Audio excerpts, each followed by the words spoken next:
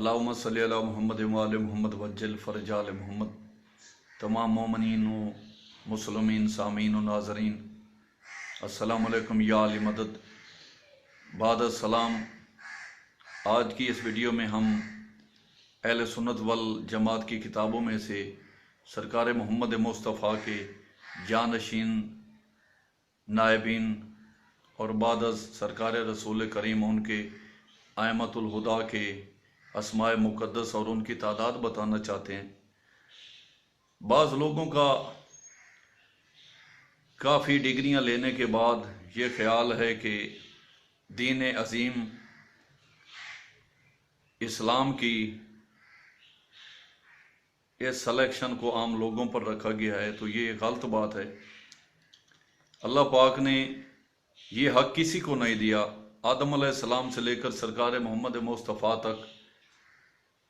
کے نام تورات زبور و انجیل میں ان کا تعارف، ان کی تصدیق، ان کی پیشین گوئی، ان کی گواہیاں، ان کی سلیکشن، ان کی فضیلتیں قائم کرنا، ان کے لیے جانشینی کے طور پر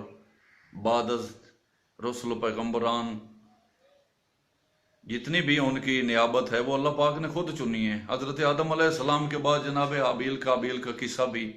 اگر ایک نشانی رکھی گئی ہے قربانی کے طور پر تو اللہ نے پسند کیا، لوگوں نے نہیں پسند کی۔ تو اسی طرح جس طرح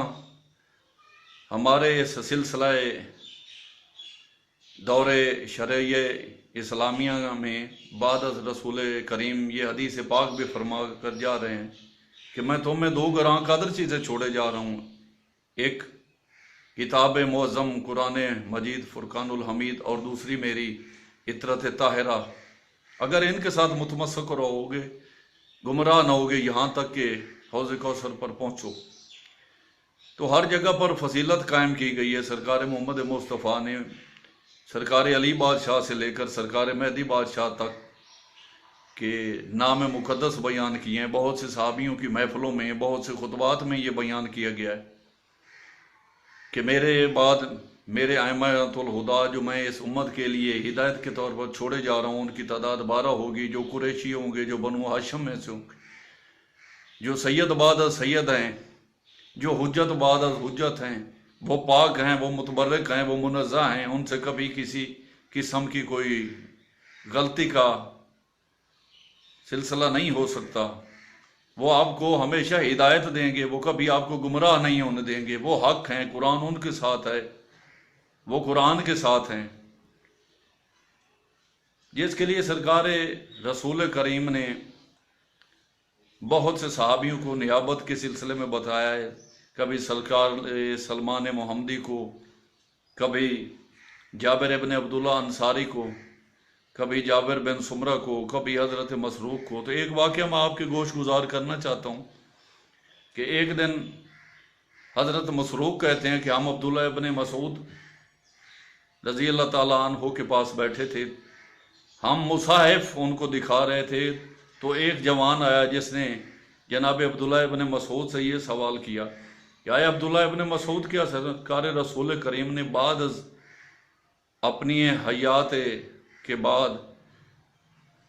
کیا آپ سے کوئی عہد کیا ہے کہ ان کے بعد ان کے خلفاء کی تعداد کیا ہے، ان کے نام کیا ہیں؟ تو عبداللہ ابن مسعود کافی متجسس ہوئے، تو انہوں نے کہا کہ آئے جوان، آج تک مجھ سے کبھی اس قسم کا کسی نے سوال ہی نہیں کیا،